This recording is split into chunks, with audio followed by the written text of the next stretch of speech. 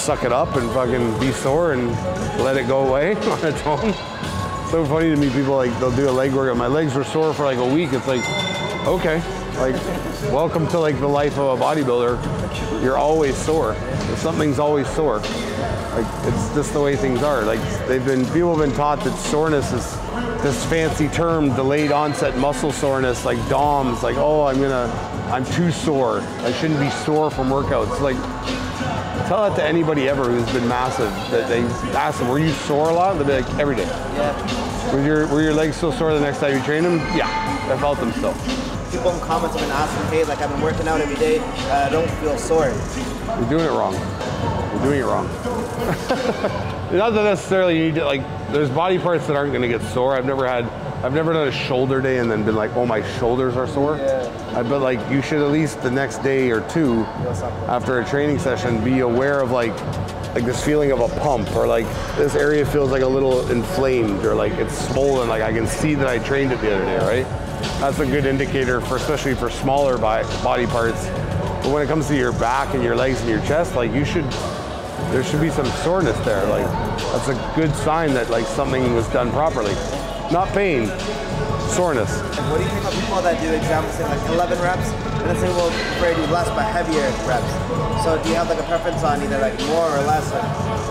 It's gonna have to be a trial and error on your part, because a lot of shit works well for a lot of different people, and a lot of people they'll side with one side of that argument, the like high volume, high intensity, or high volume, like, you know what I mean, or the high intensity, low volume. Like, they'll side on each side and they'll pick what works for them, and then they'll decide that like, since they did that, that's why they are the way they are. But they don't understand they could have probably gotten the same physique or better doing the other thing. It's just, it was their work ethic and their dedication to what they're doing that caused it. So it's not necessarily like there's one style better than another. It's what works for you and what's getting you results. So if you're doing this heavyweight, low rep, like going for PRs all the time, and you're realizing that the return, you're getting diminishing returns, you're sore all the time. Or you're so sore you can't move, or you're actually hurting yourself. Like, I keep fucking up my shoulder, I keep fucking up pulling my back. It's like, well, then maybe try to like a little less weight and more volume, and focus on contracting the muscle and stretching the muscle, and you kind of weave your way through that. There can still be aspects of your training that are all different styles of training. You could prefer like to train your chest in a certain way, whereas back I prefer this kind of way, legs I prefer like a mix of those two kind of together. To like be all on one side or the other, it's like being like, it's like choosing between religions. Like, this is the only religion. It's like, no, there's a bunch of them, and they're all have their merit, and they all talk about the same kind of stuff. Just what you chose to believe in, right? But to say that every other religion or something is stupid because you believe in your religion, it's like, no, they all hold weight. Just you're choosing to pick your way and be ignorant about it, right? There's an age-old theory that like, the more load, the more muscle. So if I can get more load on the muscle, I'm creating more stress, therefore I'm eliciting more muscle breakdown. I'm gonna grow faster, I'm gonna get bigger, stronger, faster. It's like, but it's not load necessarily as it is stress. It's how long can you stress that muscle for? How, like, in the duration of your workout, how much stress are you eliciting on that muscle? And what's the response to that stress? You know what I mean? And like, are we getting enough blood to the muscle? Like, is the workout intense enough? These are the variables that actually matter. It's not like how much absolute weight I use. Because if it was, then it'd be like, well, I benched 500 pounds last time, so by that logic, my next time I work out, I should be significantly stronger and bigger. I should be able to do more because I did that weight, now I can do more. It's like, no, it's not gonna work like that. You're gonna find out very quickly that's like a flawed way of thinking, right? So you're gonna have to understand how to work with weights, move with weights, like contract, stretch, work through ranges of motion. That's what makes someone good at lifting. If you see someone incorporating all kinds of different styles of training and methods and like speeds of reps and stuff like that, you know that they've kind of figured it out, right? I'm trying to mind my business though, but I see people like try to call me, hey, can you spot me or any squats or something? I'm like, I don't even know what I'm doing. Run away. Like, I'm gonna probably make you get crushed right now because I don't know what I'm doing. Run away from people that ask you to spot them. Go ask a friend. And then you gotta be hyped with them because they be the PR, they're like, yeah, and I'm like, sick, dude. I would purposely be the most unhyped guy. I'd be like, okay. All right, let me go back to my workout now. Yeah. Just when you ask a random stranger, there's people I see, they ask like a random stranger to spot them, and the person's like, like, fuck, all right, like, what do you want me to do? Yeah. Lift it off for me. They're like, holy fuck, I never lifted this much weight in my life. And then they get stuck, and the person's like, let me have it. And you're like, all right, well, like, and fucking bar's gonna drop on them. Spot them here? Yeah, I say no. Yeah? I refuse.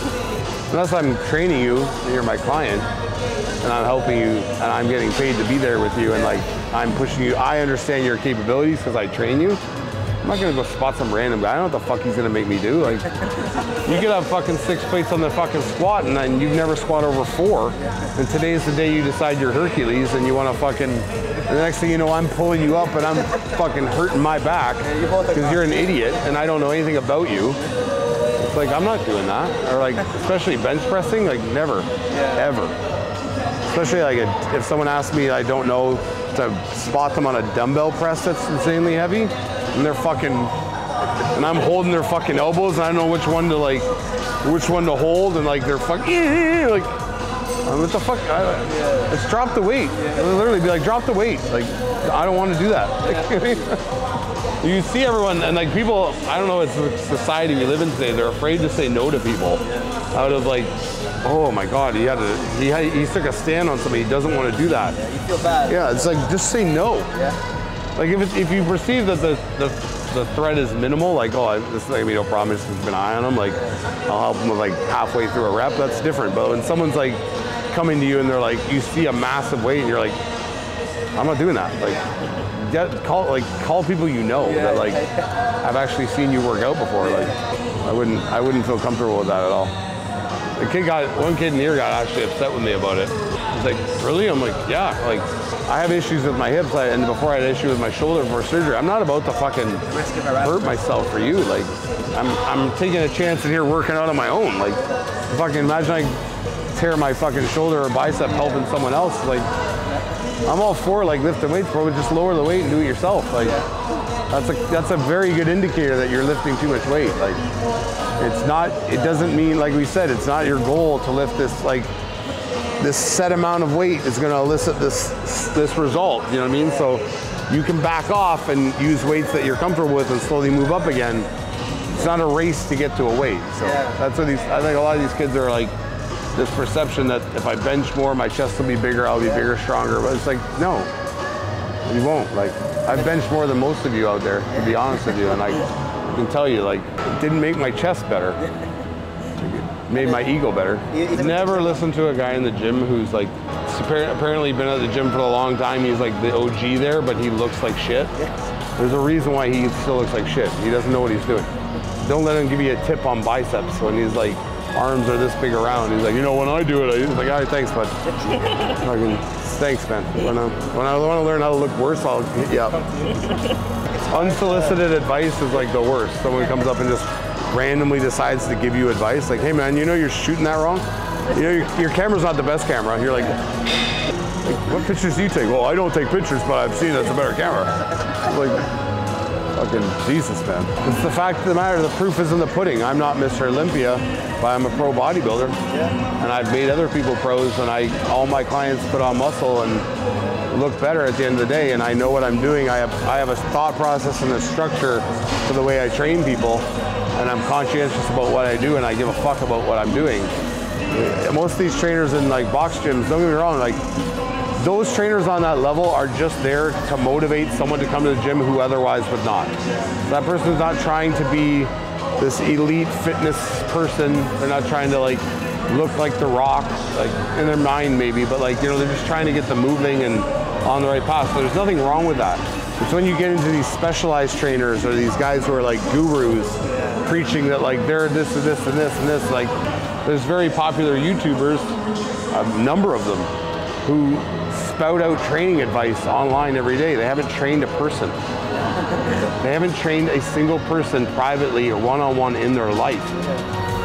They don't do this.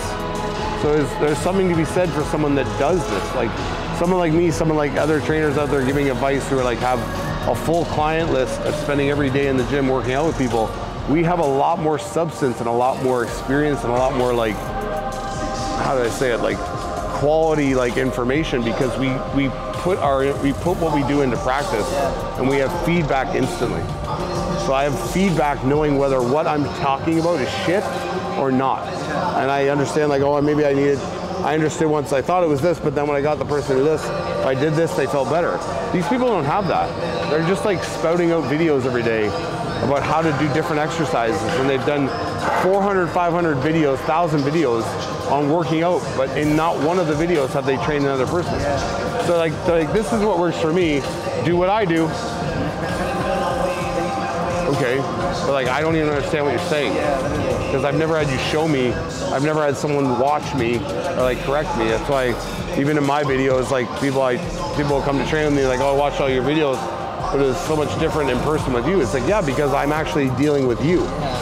I'm not speaking, not everyone's like made of the same mold, and everything applies to everybody evenly.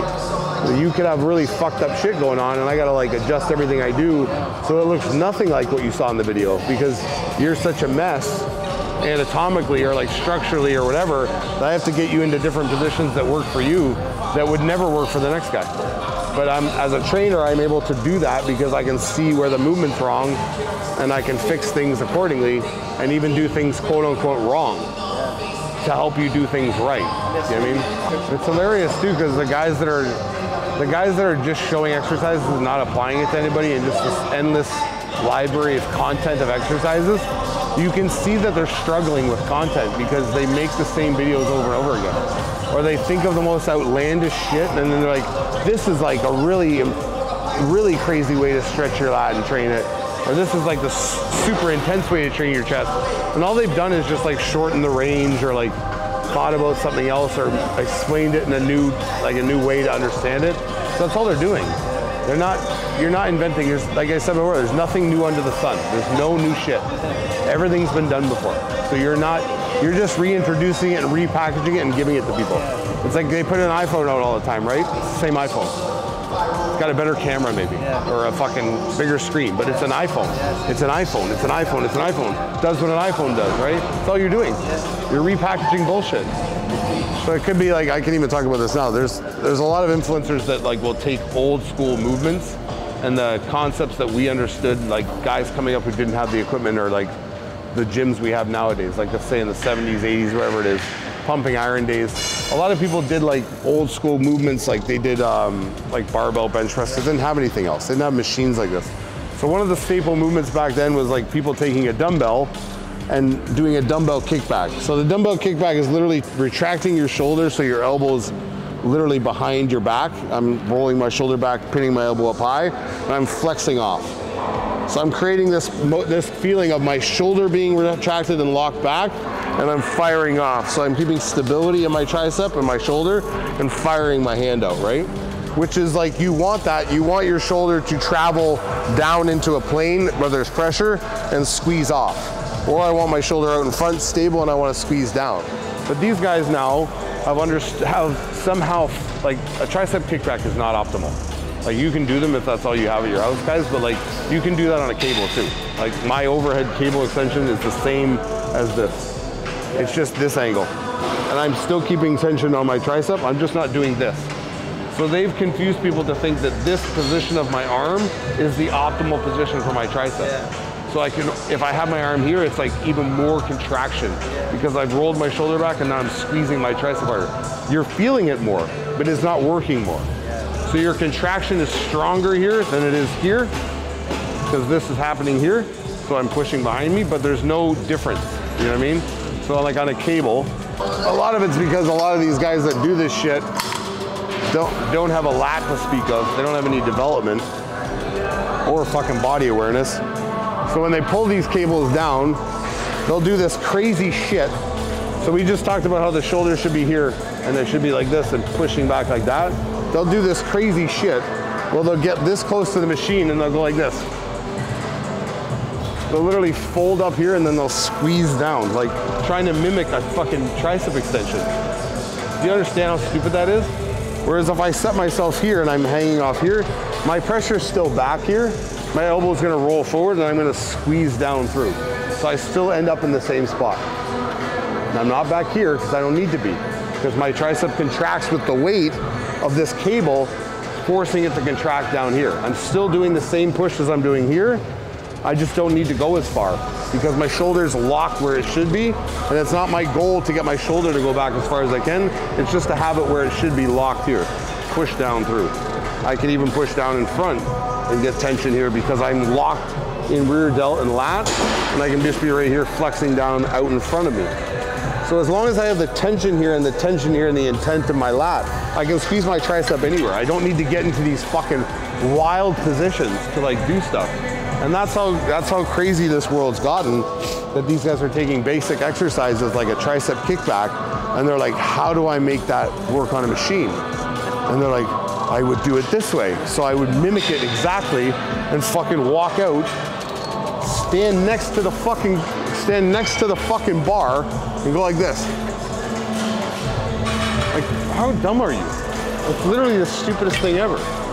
But because they do these light up, they do these like super fucking high-end videos where they have like a fucking producer, and they're like, and then the editor will go in and like make their tricep glow, and it lights up, and they're like, look how well it's working. And it's like, yeah, mine's working right now too. Do you see it? It's working, right? It's flexed. Is it flexed again? Cool. I didn't need any weight to do that. But I need to understand weight. This pressure is down here and down in lat and firing. It's because all these idiots do their tricep like this. It's down here. I'm elbow, lat, and I'm pushing down through my hand. I'm sweeping down. I don't need to get this much contraction because the contraction of the weight and the force meets right there. Like, it's fucking madness, man. And these guys have like millions of views. So there's millions of stupid people doing that stupid shit. And they're all like, yeah, it's good what I do, man. It's like, you can even do the overhead, like the shit that I do. Like, even this sensation of doing overhead, holy fuck, that's heavy. Way heavier than 40 pounds. So if I stand here like this, right? I'm not like this anymore.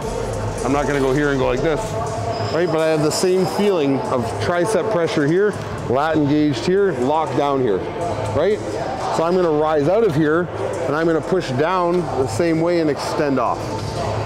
So it's the same as that, just out in front of me now, right? But I'm not letting my shoulder travel back, so it must be wrong, right?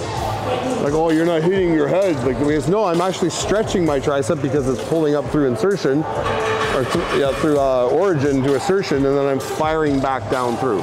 So I'm stretching my tricep, squeezing my tricep, stretching, firing back up. So when it goes out, back up in, but I'm locked on my lat. And then you see these guys who misinterpret that, and they're like, or they're pushing down here going, it's just because your base of like your setup is wrong. So there's like, they're gonna go to something that seems a lot easier to them because like, this is easy.